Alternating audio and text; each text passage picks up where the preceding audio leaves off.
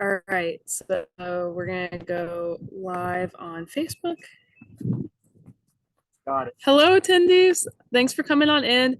We're gonna get started in just a few minutes, and we are out in the field. So if at any point there's any issues with our audio, don't be shy about letting us know in the Q&A function. We're really viewing you as partners in this, and we want you to help keep us honest. All right, I'm gonna get the live stream set up on Facebook now.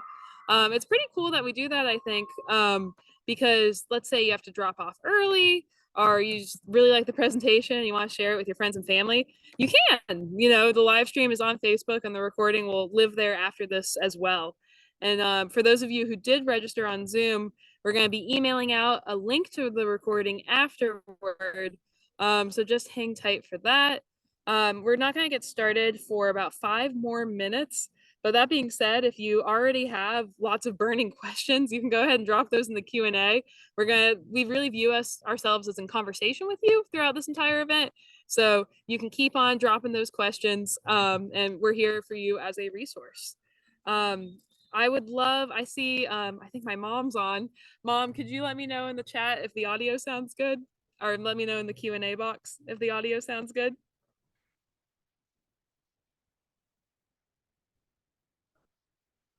And then, yeah, just hang tight, everybody. We're not going to get started for a few more minutes. My mom says the audio sounds good. That's awesome. And for those of you who might be tuning in on the Facebook live stream, there's still time to join the Zoom.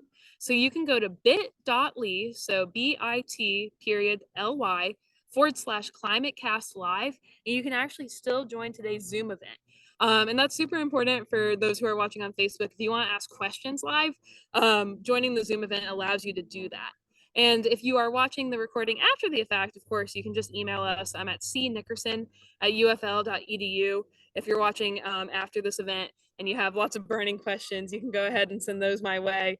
I'll make sure they get to the awesome extension agents I have with me, Anna and Jeff. Or if I can answer them, I'll answer them. But even if you're watching this recording after the fact, we are available for your questions. So we're gonna get started in about 3 minutes. So just hold tight, everybody. We want to have people have a chance to filter on, get into the event. Get your coffee if you drink coffee at 4 o'clock in the afternoon. But just get situated. We have about 3 minutes left to do that. I'm gonna go ahead and share my screen, just so we can get ready. This will be very good. All right. And we have about, let's see, we still got 3 minutes or so till start time. And I see people are coming on in, which is great. Thanks again, everybody, for joining. If you already have questions, you can go ahead and drop those in the Q&A. Feel free also to say hello in the Q&A. Tell us where you're calling in from. If you have a favorite tree, you could go ahead and put that in the Q&A. We're really interested in knowing more about you and what you care about. So feel free to say hello to us via the Q&A. We're going to get started in about 2 minutes. Let's see. I'm seeing more and more people filter in, which is great. Okay. So we have about 9 people with us, but I know a lot of folks will join right at the start. And we have quite a few folks watching the recording too, which is great. All right, I'll move this down. And for those who just joined, thanks for being here. We are live streaming this to Facebook as well. So that will be a resource for you after the fact too. We're going to get started in about 2 minutes. We just wanted to start it a little early because I get paranoid about making sure the live stream set up. So that was really important for me. Wanted to make sure the recording was good to go and all that good stuff. All right, we're going to get started in about 1 minute. So thank you so much, everybody, for being here. I see people are filtering on in, which is great. Thanks, everybody. Ooh, we have Alma just said hello to us in the Q&A, and she said she's calling in from Miami-Dade County. Awesome, thanks, Alma. And her favorite trees are she loves the paradise tree and the canister fruit tree. Cool. Jeff, do you know what those are? Or it's spelled Canister. Okay, probably Canistel. Got it. Well, Alma, thanks for coming. Thanks for telling us about your favorite tree. For everybody else who just joined, we're gonna get started in 1 minute. All right, and we're right at start time. So hello, everyone. My name is Caroline Nickerson. I'm a PhD candidate at the University of Florida. I am coming to you live from Miami-Dade County today, from a beautiful park. And we're gonna be talking to you all about trees. I have my father behind the camera. Thanks, Dad, for being our camera person today. We also have Anna from Miami-Dade County Extension, and we also have Jeff. You'll see Jeff if you want to walk in view. You can say hello to everybody. Yay! Anna and Jeff, we're going to be talking to y'all about climate change, extreme heat, and trees today. I'll also give a little bit of a blurb on citizen science. So it'll be about an hour-long presentation. Like I said before, this is being recorded and also live streamed to Facebook. So if you have to leave early, or you just, want to watch it again because you love it so much, that recording will be available to you after the fact. Some quick housekeeping before we get into today's presentation. So first and foremost, I wanted to thank our partners.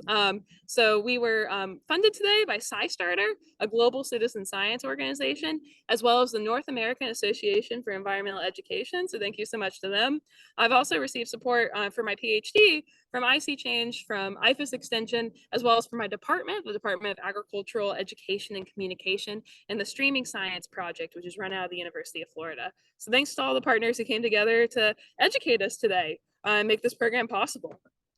I am going to be sending out surveys after this program. I'll be dropping it in the chat, as well as doing interviews with any of you who would like, to help understand how programs like this can help people understand the environment, climate change, things they can do, different knowledge takeaways that you have, how it might change the way you interact with the environment and think about climate change. I'll be sending out surveys and interviews relating to that. That being said, those are optional, though if you do want to do them, that would be awesome. It'd be super helpful for my PhD, and I think a cool thing to do to help us understand these topics better. But I just wanted to mention that at the start. And this program, this is our third one in the series. We have been in Escambia and Sarasota counties so far, and the recordings for those are up on the Streaming Science website, as well as the Streaming Science Facebook. And then on Monday, we're going to be in Brevard County. On Tuesday, we're going to be in Monroe County. So thanks. I'm so grateful to everybody who's been part of ClimateCast Live. So like I said, you can fill out the surveys after, and the recordings will be available after. So that was all my housekeeping. I'm going to pass the mic to Anna now, and she's going to talk a little bit about climate change and extreme heat before Jeff educates us about trees. Anna, over to you. All right. Thank you, Caroline. Hello, everybody. Oh, man, down. Sorry, a lot of moving parts here. We have our wind machine, which is very real. We've got the sun going. There are some mosquitoes. So we've got the full experience that we're sharing with you today. And I don't want to lose my sunglasses, and they don't bend very well. So I'm just going to store them here. All right. So thank you all for having us. My name is Ana Sangronis. I am the Florida Sea Grant Extension Agent here in Miami-Dade County, which is part of the University of Florida IFAS Extension Service. And we are a state-county partnership with the University of Florida and Miami-Dade County Parks, Rec, and Open Spaces. And as the Sea Grant agent, my main focus is marine science, which does have connections to climate change and why we're here to talk about extreme heat and utilizing trees to help combat that. So to get started, I wanted to just go over a little bit of vocabulary, and I recognize that there might be a whole range of experience and familiarity with this topic. So if you know some of this already, I hope you pick up something new. And if this is new material, I hope that it is interesting and useful to you. So the first thing that I would like to talk about is just the difference between weather and climate. And you might hear these terms used interchangeably, and they do have some similarities, but they are not the same term. And I don't know if you all can hear behind us, we've got a school cheer group going on. So they're cheering for this program right now. All right, so the first thing I want to talk about is the term weather. And the term weather is talking about a short-term phenomena. This is describing essentially what you see outside of your window right now. If I were to describe it here, I would say it is mostly sunny, pretty cool here in the shade. Air temperature is maybe 80 or so degrees. So this is a moment in time. And this differs a little bit from climate because climate is a long-term average. And you might hear the term climate used, for example, we have people moving to Florida every day because it has a subtropical climate. And that's really just referring to that long-term average of weather patterns. So weather observation and weather pattern studies. Yay! I don't think they can hear it actually because these mics are pretty good at just picking up us. But I wish you all could because they sound very enthusiastic and it's been very well timed with Anna's presentation. It really is. They're cheering after I deliver every line. So we'll pretend like that's for this. So what is climate change? Climate change is referring to the increasing changes of those measures of climate over an extended period of time, specifically examining changes in the measures of precipitation, temperature, and wind patterns. And here in the US, or actually globally, so this is a global phenomenon, 97% of actively publishing climate scientists agree that this is in fact happening and that it's extremely likely due to human activity. And this is because over time, we have data going back over thousands of years that show a natural ebb and flow in which our world has gotten warmer and then cooled down. So this has happened in a pretty consistent pattern. However, in the last 70 or so years, there has been a really dramatic spike upward, indicating that our climate is changing and not for the better. It is getting warmer. And this is very much correlated with industrialization. So when we really started developing and looking into burning fossil fuels to create our energy sources, this is really what has driven our climate change around the world. And when we talk about what is the main driver, when we're looking at what are called greenhouse gases, our main greenhouse gas emissions are coming from carbon dioxide. And there are other contributors as well, including methane, nitrous oxide, and other fluorinated gases. But that main elephant in the room is in fact carbon dioxide. And so why does this happen? How does climate change happen? Well, it is driven largely by the greenhouse gas effect. Now, the greenhouse gas effect is in fact a good thing for us. And you can think of the greenhouse gas effect as a blanket. So these greenhouse gases, carbon dioxide, and the others that I mentioned are acting as a little insulated layer between the Earth's atmosphere and outer space. And without it, the Earth would be completely uninhabitable. It would be a frozen tundra. And so that greenhouse effect is what allows planet Earth to be habitated by us. However, the problem is that it's working a little bit too well, because now with all of those emissions being pumped out by carbon dioxide, methane, et cetera, that greenhouse gas blanket is now keeping those gases in and warming up our atmosphere, raising our global temperature and making the Earth a warmer place. And so consequently, there are a number of impacts that we are feeling from climate change. One of those, you might hear another interchangeable term, is global warming. That is an offshoot of climate change. That is an impact or a consequence. There are a number of different categories, and these are driven by that rise in temperature. Whoops. Sensitive mouse pads, sorry everybody. These climate change impacts are driven by those changes in temperature, those rising temperatures, increases in precipitation, but also on the other side of the coin, increases in drought, and the level of ocean rising or sea level rise.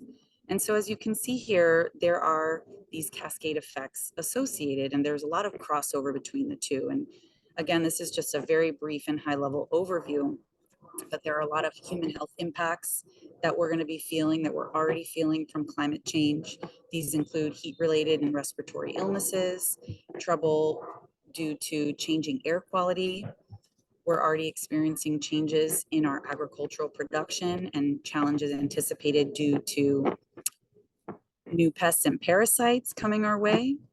There are impacts being felt in the forestry industry, and changes to our water quality and quantity and the availability of fresh water that we need both for drinking as well as crop irrigation. From a wildlife standpoint, there are many changes happening to biodiversity, as well as where species live, where they can live, and where they might end up changing to as temperatures continue to increase.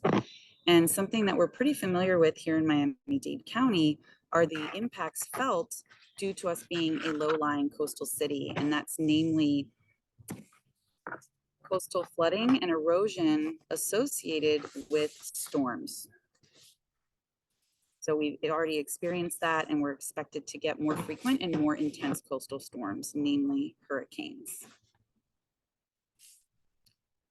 For the purposes of why we're here today, I'm going to focus a little bit more on extreme heat and what that means for us.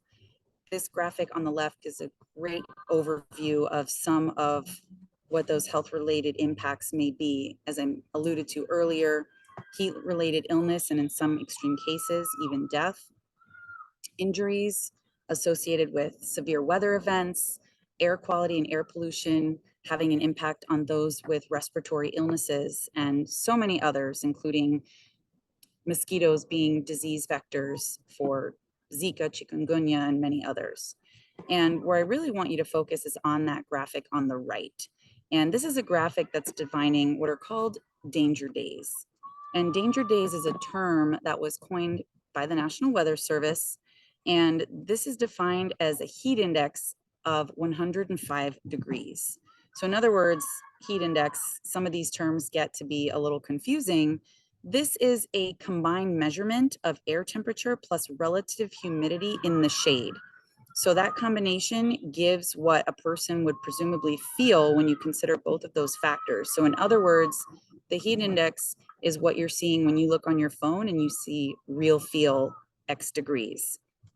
And back in the year 2000, we had about 24 danger days that year. So where that heat index was above 105 degrees. By the year 2030, which at this point is not too far off in the distance, it's anticipated that that will have increased more than 5 times to end up at 126 danger days. And by the year 2050, where it's expected that we're going to experience almost half of the year with those danger days. So that's a lot when you consider individuals who work outdoors, like construction workers, agricultural workers, and first responders, or people like you or I who might like to go outside and enjoy being outdoors. So this might affect how we do things, when we do things, and why we do things outside.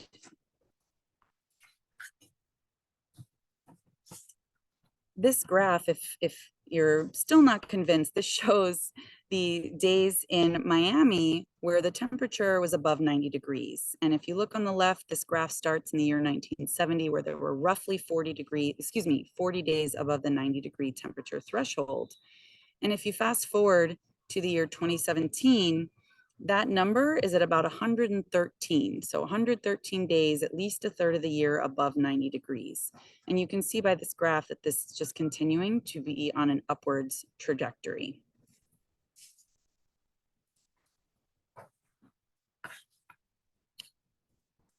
Okay, so that brings us to why we're here. When Caroline first contacted me about this and we were discussing the topic, I thought Miami-Dade County, which is where we're housed on the county side, Miami-Dade County Parks is the third largest county park system in the country. It's a pretty fantastic system. Really thrilled to be employed by Miami-Dade County Parks, Recreation, and Open Spaces. And they have this plan, and it's called the Open Space Master Plan. And this is a 50-year plan, which is really trying to think more forward of creating a sustainable, livable park system as climate change continues and as our population continues to change as well. And really highlighting how to connect the different park systems that we're fortunate to have here in this county, the federal parks, the state parks, and the municipal parks, both at the county and the city levels. My papers are flying away here. So I'm going to highlight a few of the goals of the Open Space Master Plan. And so one of the high points of the plan is for every resident in Miami-Dade County to be able to walk 5 minutes to reach a park or a public or green space, which I think is pretty fantastic. And not only walk there, be able to walk there, but walk there safely and have there be access, dedicated walking trails, as well as biking trails, have there be shade, to be able to offer both passive uses, whether it be sitting and reading and relaxing, to more active uses like the opportunity for exercise or perhaps ecotourism activities, highlighting conservation areas and areas where there are critical natural habitats to be preserved.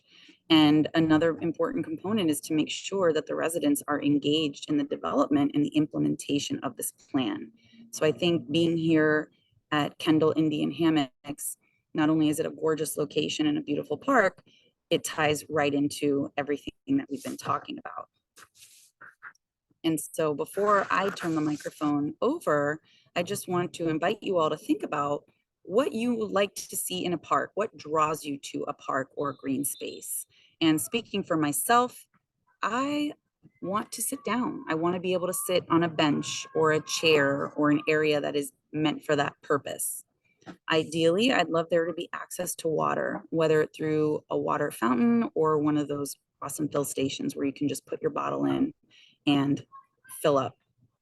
And then lastly, why we're here. Parks, to me, are symbolic with trees and shade. And so we really want that to be a critical component as it pertains to this conversation, because trees and shade and canopy cover are really important when we consider the heat that we have already experienced and that we will expect to continue experiencing in the future. And so before we turn it over, we're going to have a question and answer period, but really thinking about different trees, the canopy that they provide, and how might that help offset some of the effects that we're feeling from climate change. So I'm going to leave you all with that as a little nugget to think about in your mind before we go to the questioning section. Thank you, everybody. Woo! All right. So I know I have lots of questions on it. That was an awesome presentation. Thank you. And everybody else, all the people watching live on Zoom, get your questions in the Q&A. We want to hear from you. We want to be in dialogue with you. Carlos went ahead and he wanted us just to know that he has a YouTube channel in Spanish where he talks about climate change at 8 p.m. on Sundays. That's really cool, Carlos. I'm looking forward to checking that out. It looks like it's called GW from Miami. So cool stuff there. I'll kick things off with a question while people are getting their questions in the Q&A box. So how do the trees cool things down? Like, is it just the shade? Or like, walk me through the science a little bit. Ooh, that's a good one. So the trees, through their leaves, through their branches, and the process of evapotranspiration, they are actually able to help. What's the word? It was there and then it was gone. They help take the edge off that heat and actually cool the air. And there have been studies shown that demonstrate the ability of the tree canopy, that ability to reduce heat or temperature rather, from anywhere from 5 to 15 degrees Fahrenheit. And there are a lot of components that feed into that: the type of tree, the density of the canopy, and of course, what else is around. If it's a park that's next to a very highly developed or hardened structures like concrete, asphalt, and blacktop, that's going to be a little bit more challenging for the trees to really be able to work their most effective magic. But if it's a park that is pretty balanced with green spaces and not so much of that blackened, tougher environment, it's going to be a lot more effective. That's awesome. And then does it have to be a bunch of trees to cool things down, or can just one tree make an impact? Or one tree can definitely make an impact, but in this instance, more is better for sure. That makes a lot of sense. And okay, so I definitely am walking away from this presentation and from the day we've spent here with a huge appreciation for the parks in Miami and Miami-Dade. But let's say I live in an apartment in Miami-Dade and, you know, I don't have access to a green space in my home. I have to walk to the local park or something like that. What's the relevance for me with trees? Like, should I just go to the park to enjoy them? Should I like lobby to get them planted near my apartment? Like, if you could speak to those apartment dwellers, that'd be awesome. That's a really excellent point, because as a matter of fact, I live in an apartment and I can't really partake in some of the programs because I have nowhere to plant a tree. However, as being part of the homeowners association where I live, and I do own, so I'm pretty vocal, that is one great way is to participate in those meetings, and depending on what landscaping is available, to really advocate for that, because while you might not be able to have trees in your unit, you might be able to lobby for that, for trees to be planted on the property to help create this oasis, this cooler oasis where you live. And depending on if you have a window or if you have a balcony, I have several native plants out on my balcony. So while not trees, I am getting plants out there. They do attract birds and insects, which I enjoy for many reasons. I love that. Yes, you gotta have the pollinators. Fantastic. Exactly. We got a question from Carlos. Carlos wants to know, are there meetings to talk about this topic in Miami? Meetings specifically about trees? Carlos, admittedly, I'm not sure unless it comes up as some sort of action item for a county commissioner meeting, let's say, or a city of Miami commissioner meeting. I'm not sure exactly, but I am happy to point you in the direction of our UF IFAS Extension Florida Yards and Neighborhoods program, because they are extremely tuned in to this particular topic. And my colleague Jeff, I'm sure, can speak to that as well. I know there are local groups like the Tropical Audubon Society and the Native Plant Society. They would definitely know if there is a particular gathering that's to talk about trees. And there are also more resources. Sorry, this is the end part of the day where my brain starts fizzling out. There are more resources available, including the Miami-Dade County Adopt a Tree program that does give free trees out to single family and duplex homeowners every year.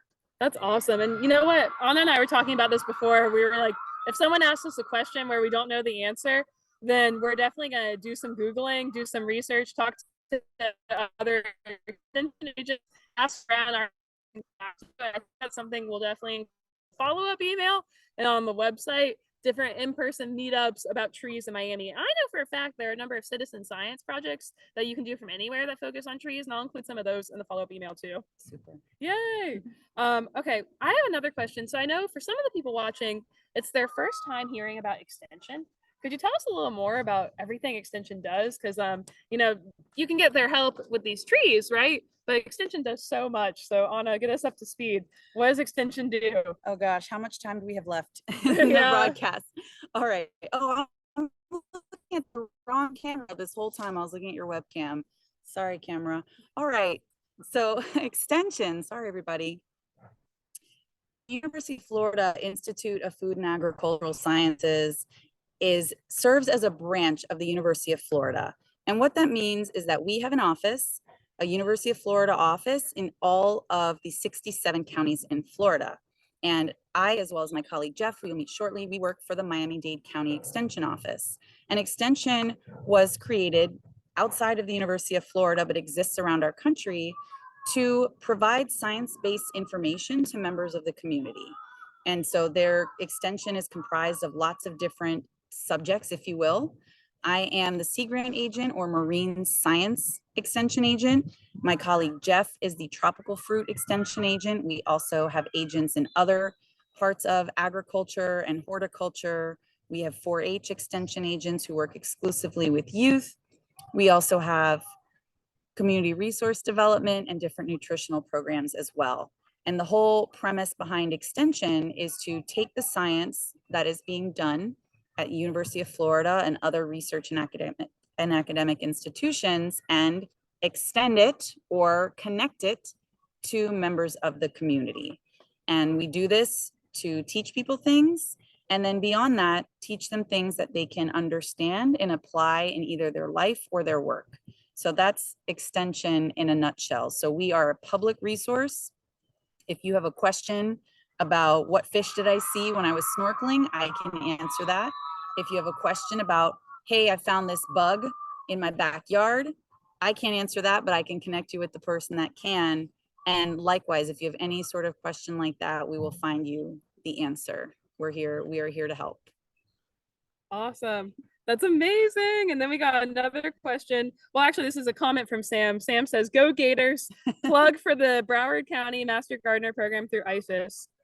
Yep, Master Gardeners is a huge IFAS extension program that teaches residents about different horticulture practices, and then they go on to volunteer for IFAS extension, and it's extremely popular, and I'll let Jeff speak more to that. Yes, thank you, Sam. Woo! And then Anne wants to know, if there are citizen science projects related to monitoring heat? I'm looking for how to get teens involved this summer. And we'll address that when we get to the end of the program. I'm going to talk about some citizen science tie-ins and the definition of citizen science. So hold that thought, but that's a good question. Cynthia wants to know, are there certain types of trees that you prefer people to plant? Maybe we should pass the mic to Jeff for that one. Yeah, I think Cynthia, that's a great question and a great segue for Jeff because he is our expert. So he can definitely talk to you more specifically about that. So please stand by. Demo time. We're going to pass the mic to Jeff and get into it. Woo! Hey, thank you so much, Anna. And thank you, Caroline. This is right here, okay? Is better? Yes. Okay. Yeah, I'm Jeff Wasilewski. I'm the tropical fruit extension agent for Miami-Dade County. I work with commercial tropical fruit growers, but I planted my share of trees in my time. Plant, over 1,000, I would say. So we're going to talk about that today. And to answer your question, what trees or what type of trees would you want to plant? Yes. Florida friendly. So what that means is they're either going to be native or they're going to act like natives. Native trees were here. They've been here, so they know how to grow here very easily. And Florida friendly trees are trees that act like natives, so they're not invasive. They don't seed everywhere. They don't need a lot of water. They don't need a lot of fertilizer. They're very easy to grow. So those are the trees we're looking for. We're going to talk about that now. I'm going to cover what to do before you get your tree in the ground and what you do after you get your tree in the ground. So the first thing you always want to do, and this goes back to your question, is think about the right plant in the right place. So you can have the right plant, but if it's not in the right place, it's not going to do well. So behind me, over my right shoulder, that big tree in the back is a ficus, and it's very large. And if you plant that right next to your house, that's the right plant in the wrong place. It's a great, for what it's doing right now, it's in the perfect place. It's a big shade tree. It's doing amazing. So that's the right plant in the right place. So that's the first thing you want to think about. Second thing you want to think about is getting your tree home. So you don't want it to be that big. About a 3-gallon is just about the right size. Then you want to dig the hole. So you're going to dig the hole just a little bit bigger than the container because you don't want to go too big. Some people will say put a $5 plant in a $25 hole. I've dug the $25 holes. You don't want to do that. Just put a $5 plant in a $5 hole, so a little bit bigger than the container. Then you want to get it at the right level. That's very important. So if you could take the camera off and walk over. Let's go on a field trip, everybody. We're going on a journey. So that tree that I showed you way in the back, that is a ficus. This is also a ficus. This is a new planting. I would say this went in about a year or two ago. And it's at the right level. So if you can come all the way down here, you want to have that first flare root at just coming out. So if we look right here, that's the first flare root. So that's the right level. You want that flare root at ground level or a little bit above. So that's at the right level. You're going to dig the hole. You're going to use the same soil that you dug out, and you're going to put that back. You're not going to amend the soil. And then what you want to have is exactly what they have here. You see from the trunk out, they have about 2 feet of either mulch or just no grass and no weeds. That's going to protect the tree from the string trimmer. Because if you let the weeds get in there, when the guys come to mow, they're going to hit that with the string trimmer. That's a big, big problem. So we have it in the ground. We have it at the right level. We've made our choice. And when we think about shade trees for parks, I talked about natives. So you think about oaks, think about gumbo limbos, think about mahoganies, think about these ficus. This looks like this here. So this is the right tree in the right place. It's got plenty of space, plenty of sunlight. It's not going to break up any concrete or anything like that. So once we get that all on the ground, we get the mulch around it, then we need to water. So very important that we water. And you're going to water that right when you get it in the ground. And then aftercare is going to be crucial here. A lot of times you put the money into the planting, you put the money into the trees, but then you walk away. You can't do that. You need to come back, water these trees. If you're planting them at the beginning of the rainy season, which is May, you're going to catch a lot of rain. But if you're planting them like now when it's very dry, and we can see the soil is very dry here, then you're going to need to water at least twice a week. And that's something people forget about. So we get that tree watered, we get it in the ground at the right level, we put the right plant in the right place. And then once that tree puts out about 2 to 3 new flushes of growth, we can almost leave it alone. And then the only thing we're going to need to do is come back eventually and do a little bit of pruning. If there's any dead wood or anything in there. But if we have a shade tree, we have a big space, I think we're good to go. Fantastic. And Jeff was telling me earlier, how many trees have you planted? Over 1,000? Thousands, yeah. Yeah, Jeff has planted thousands of trees, so he's a credible source for this. You can believe me. Awesome. So Jeff, I know you mentioned taking care of the tree after you plant it. Let's say that you did it and your tree's in bad shape. What's the best way to fix it? So if you didn't take care of the tree, your tree's in bad shape, well, you just want to start putting it on that regimen. You want to start making sure it has water, making sure it has enough sunlight, fumes. Yeah. And then you might want to hit it with a little fertilizer if it's really looking weak. Slow release fertilizer. Got it. And what resources does Extension have to help people learn how to care for trees? Like Anna said, how long do we have? That's a big answer. Yeah. We do have the FYN program, Florida Yards and Neighborhood, which is a very big program, and they have the master gardeners under them. They have a lot of helpers that will teach you about trees. I mean, just a huge amount of knowledge there. That's awesome. And let's say I'm in one of those apartment dwellers and I want to help with trees. What's the best place I can do? Where can I go volunteer? There's a lot of places to volunteer within the county. You can find that on Parklink. And also, like Anna mentioned, we do have the Master Gardener program where you put in, about 8 hours or 8 weeks of learning, and then you have to put in, 40, 50 hours of volunteer time. That's awesome. And we just got a question from Alma. Alma wants to know, she asked, can you explain the 2 to 3 flushes of growth? Okay, Alma, that's a good question. So when a tree puts out new leaves, like this tree that we're looking at right here, has young leaves on it. When it puts out new leaves, they'll be light green and darker green. That's a flush. That does like 3 times. What we call puff. Yeah, and we got a question here. What are good fruit trees for shade? Oh, where'd that question come from? So, fruit trees for shade. In a park like this, we don't really put a lot of fruit trees in because people do fruits. But if you're in your yard, you have some space. A mango is a great fruit tree for shade. We mentioned canistel earlier. Mamey is good, lychee's good, longan's good, avocado's good. What's not good? Yeah, it sounds like, you can't go wrong with a fruit tree. That's awesome. Let's see if there are any more questions. I'm just opening up the Q&A here. Last chance to get questions in. And while people do that, before we pivot back to our final part of the presentation, I just want to ask Jeff, is there anything else about trees that you haven't shared with us yet that you think we should know? Any parting words of wisdom about trees for us?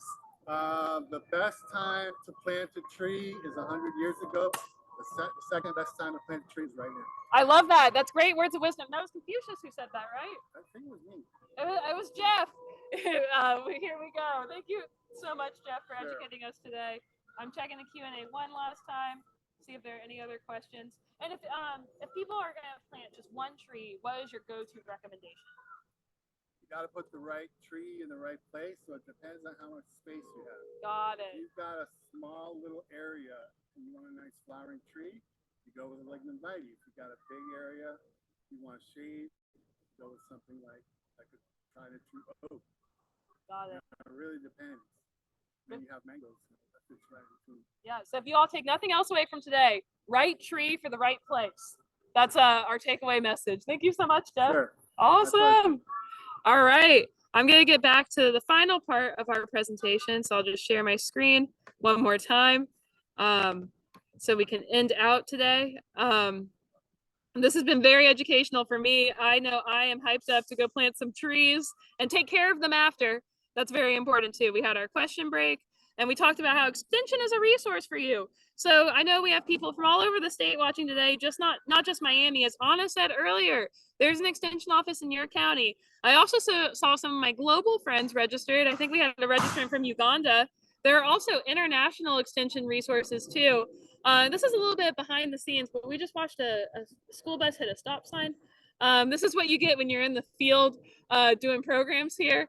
This is just part of the life out here in the community. But yes, to summarize, extension is a resource for you for trees and all the other topics that Anna mentioned. Okay, so I wanted to end with a message about citizen science. So earlier today, you got hyped up about planting trees, about taking care of the trees, about volunteering in your community, no matter where you live. If you also, you got the framing from Anna as well about climate change, right? And how weather is different from climate and how the climate is getting hotter. And because of that, we have negative impacts like extreme heat. And trees are a way of adapting to that impact, right? The more trees we plant, the less likely we are to suffer from extreme heat. Another thing you can do if you're curious about climate change and you want to understand the impacts on your community more is you can do this thing called citizen science. It goes by a few different aliases. You can see it up on my screen. But ultimately, citizen science is a collaboration between researchers and those of us who are curious, concerned, and motivated to make a difference. So basically, citizen science is any way a member of the public of any age, any background, any level of education, anywhere in the world moves science forward. Usually that's by collecting or analyzing data for ongoing research projects. And data is just information. Data can be words and pictures. So you can take a picture of a climate change impact. You can say, the leaves on my tree are wilting because it's so hot, right? That's a climate change impact right there. That's the tree reacting to extreme heat. By taking that picture and writing that description, that's qualitative data. And often that qualitative data, those words and pictures, are paired with quantitative data like temperature measurements or inches of rainfall to get a full picture of an issue. With citizen science, you can collect or analyze data, information to understand the world.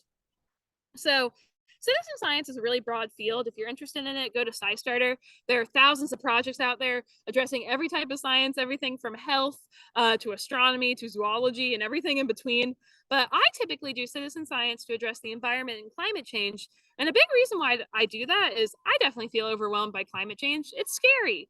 The environmental problems that we face can make us feel powerless. But when you have citizen science, you can help understand this really complicated issue. So climate change is different street by street, community by community. So the way I experience climate change might be different than my friend across town. Maybe I have more trees in my neighborhood, so I'm less likely to get heat stroke. Or maybe my friend is at a higher elevation, so she's less likely to deal with sunny day flooding, right? Climate change is hyper-local. And then when we do citizen science, when we take pictures, when we document different things, when we submit them to these ongoing research projects to be analyzed, we are helping understand the problem. And in my opinion, that data-driven understanding of the problem can help us take our power back when we feel powerless in light of these big problems. So I'm just going to spotlight one climate change project today.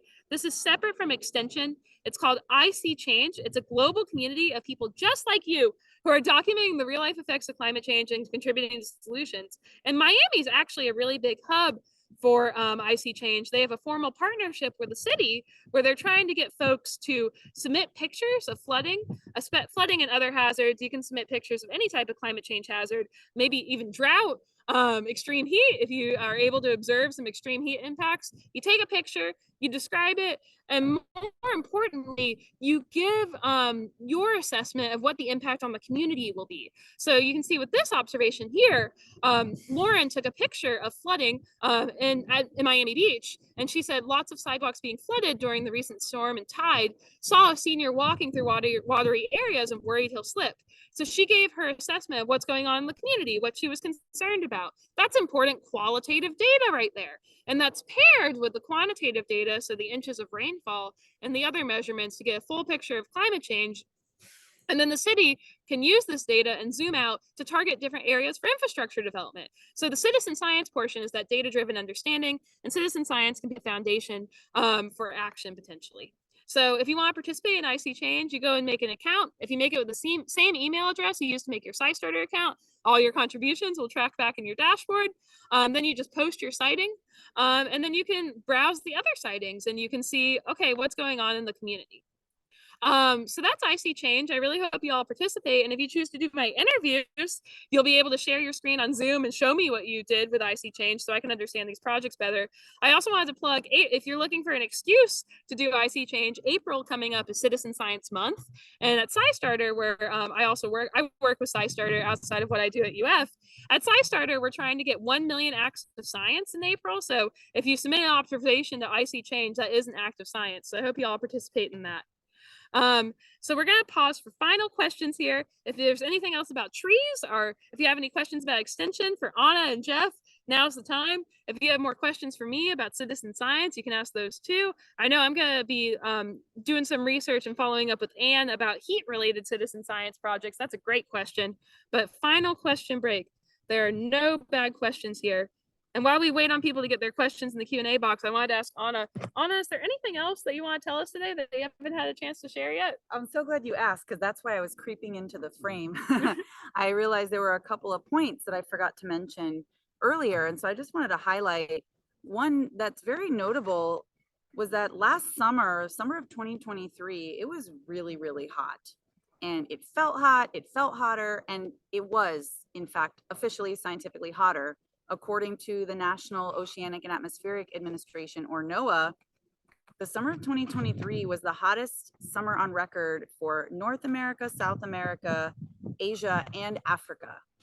And I think it's fair to say that we can expect to see that happening again, maybe not this year, but certainly in future years. And so when we consider different ways that we can mitigate for climate change, or what can we do to reduce our carbon emissions. You know, we've talked a little bit about planting trees, but really trying to consider conserving water, using mass transit when possible, investing in multi-use items like spoons and sporks, spoons and forks, and reusable water bottles. And from a tree perspective, not only do those trees help block absorption of heat and help create that cooler microclimate, they're also prettier. And a good example I like to give people, when I drive home from where my office is on Virginia Key, I usually will take either US 1 or Coral Way. And there was a point in time a few years ago when my car's air conditioning didn't work very well. So when I would drive home southwest in the afternoon into the sun, 99 times out of 100, I would drive home on Coral Way. Why? Because it's shaded almost the entirety of the way, and it would make that drive home for me a little bit more bearable. So not only do the trees help cool things off, they also do help store carbon. So they help store carbon that would normally go out into the atmosphere. And so the sooner you can get that tree planted and help cultivate it, establish its roots and grow, we have an effective place for carbon to be stored. So it's really important, like Jeff said, not 100 years ago, certainly today, tomorrow, as soon as possible, and really be invested in trying to keep that tree healthy for its aesthetics, for helping cool, but also helping store carbon as we move forward in the future. That is awesome. So we have lots of questions about trees coming in. So I love that you mentioned the storing carbon portion. That's really important. And I actually have a quick question about that before I get to the 6 questions that just came in about trees. I'm curious, what trees, I know different trees store different levels of carbon. Which trees should we prioritize? We're trying to plant trees that store carbon to help reduce climate change. Well, mangroves. Yes, we love mangroves. And I say that that's a little bit, that's a tricky one because like Jeff said, right plant, right place. You can't just plant a mangrove anywhere. It is a salt tolerant coastal tree. But the reason I say mangroves, and this is really more where my expertise is, Jeff is more the high and dry terrestrial trees, but mangroves, they have an incredible ability in that the majority of their carbon sequestration or storage is actually happening under the water. So in their submerged root system and in the leaf litter that is underwater. So they can store in their leaves, their branches, the trunks, but especially underwater. So number one would be mangroves, but that is a very specific and regulated process. But from a terrestrial perspective, I don't know too much specifically about the science of which tree stores how much, but that is something I am more than happy to look into and follow up when Caroline sends out that email. So thank you for that really great question. Yay! All right, let's get to our tree question roundup here. So Pam wants to know, do you have any tips for keeping an oak tree healthy? Pam, oak trees are pretty bulletproof. So if you're having trouble with an oak tree, you might want to look at it. Remember, we mentioned some things, planting at the right level. It could be planted too deep. It could have mulch up on the trunk. Maybe you have mulch around the trunk, but it's next to the trunk. It's an inch, 2 inches, 3 inches too high on the trunk. It could be getting weed whacked. That's probably what's going on. So go home, look at the oak, and I'm assuming it's young because if it's big, it shouldn't be having any problems unless it's in a confined area. So go home, look at it, see if it's getting weed whacked. If it is, take the grass away from it about a foot and a half in a circle all the way around it, and that should help. You could give it some slow release fertilizer just to kind of get it back in trying to look a little better. Thank you for that advice. And then Steve wants to know, what are the trees that withstand hurricanes the best? So native trees do very well, or not very well. If you get a Category 5 hurricane, none of the trees stand hurricanes very well. But one thing you can do is kind of keep your trees pruned a little bit. My fruit trees, I keep them all 15 feet or under because not only can you get the fruit easier that way, but also that helps during a windstorm.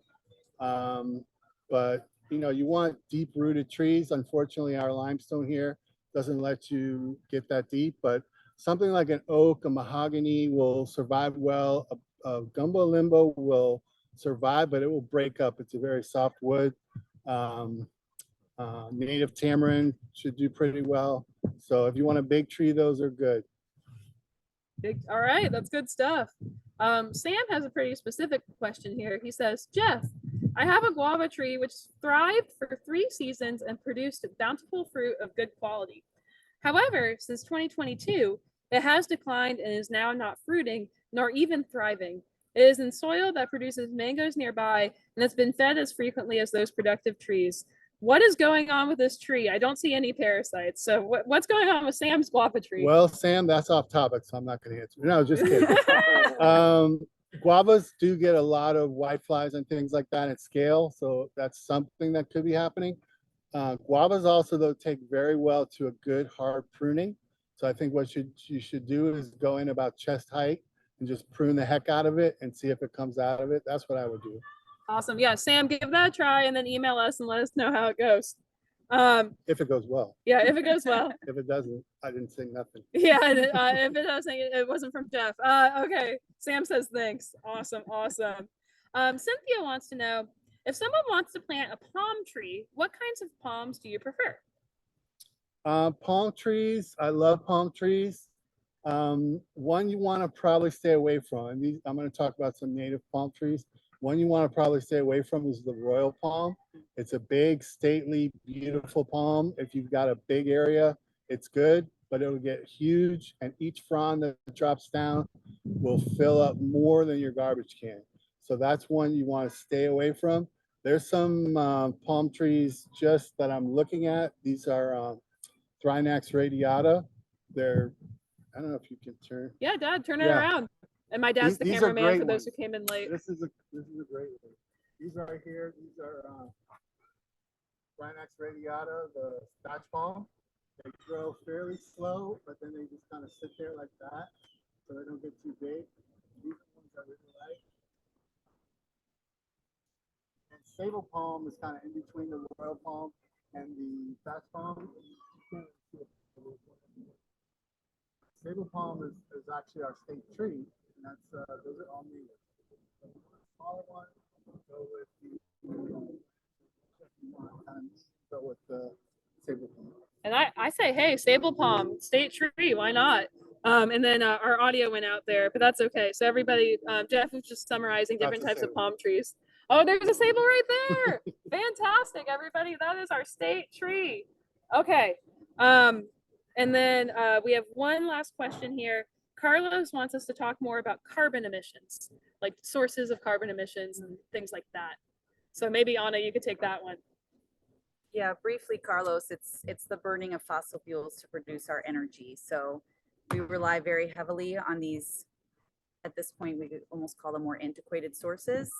And we just need to do better at exploring other forms of clean energy, like solar, to see if we can do better. That's where our main emissions come from. I mean, there's certainly a lot of emissions coming from mass transit, like commercial airlines, but really it's the burning of fossil fuels, which it's a United States problem. It's all the major nations' problems. It's a global issue. So we need to really look more heavily into promoting or rather pursuing things like solar and wind energy when available, when appropriate. Good to know. All right, I think that's it. We made it through all of our questions. Anna, Jeff, any last minute nuggets of wisdom before we give people the survey? Well, just want to thank you all again, and please come visit. If you live here, come out and explore your Miami-Dade County park system. If you want to visit, contact one of us. We'll happily, if it's a site that we know, we'll take you ourselves. If not, we will connect you with our great colleagues at Miami-Dade County Park so they can show you some of these wonderful sites. We have inland parks that are more hammocky like this one. We also have fully coastal parks like Crandon Park over on Key Biscayne. So we are happy to share those with you because it's a really diverse and fantastic place to be able to live and work. Fantastic. And I just want to say thank you for the invitation. Yay. It was really nice. Thanks for setting this up. This is really cool. Never done anything like this before. So just thanks so much. Yay. Thanks for being on air with us today and educating all of us. Oh, we had one last question come through. Oh, no, it's a comment. Alma says, great info, especially about the guava tree. Thanks, presenters. All right. Well, we got Alma and Sam. They're going to be fixing their guava trees later. Thanks to Jeff. This is good. All right. So we're just wrapping up here. So I put the survey in the chat. Please fill it out. That's really helpful for us. Number one, it helps me finish my dissertation. But more importantly, it helps us understand the value of programs like this. If they actually help educate people, if it was useful for you. So feel free to take our survey. I put the link in the chat and it's also up on the screen. And after you take the survey, you can also do an interview with me. If you end up participating in that citizen science project I spotlighted, IC Change, you'll be able to share your screen and tell me a little bit more about it. So that's part of my dissertation as well. Can you put our emails in the chat? Yes, and we're going to put the emails in the chat. Get in touch with Extension. They are here to help. And we're also going to be including Anna's and Jeff's emails in the follow-up email that's going out to everybody who registered. And if you're watching on the Facebook or if you're watching this recording later, it's not hard to find Anna and Jeff. You can just go to the Miami-Dade County Extension website. But we also put the emails in the chat too. So there are Anna and Jeff's emails. Good stuff there. And that's all, folks. That's my email too. But y'all are going to be hearing from me very, very soon with the follow-up email from today's recording. And then we'll just stop sharing here. And I'll put my email in the chat as well, just to close it out. Thank you, Anna. You're the best. This was fun today. So I think we'll end it here. I don't see any more last-minute questions coming through. So we are grateful for you all. We hope that you plant a tree, have a great experience with the trees in your community, and go out and explore your local parks. Have a great day, everybody. Bye. Bye.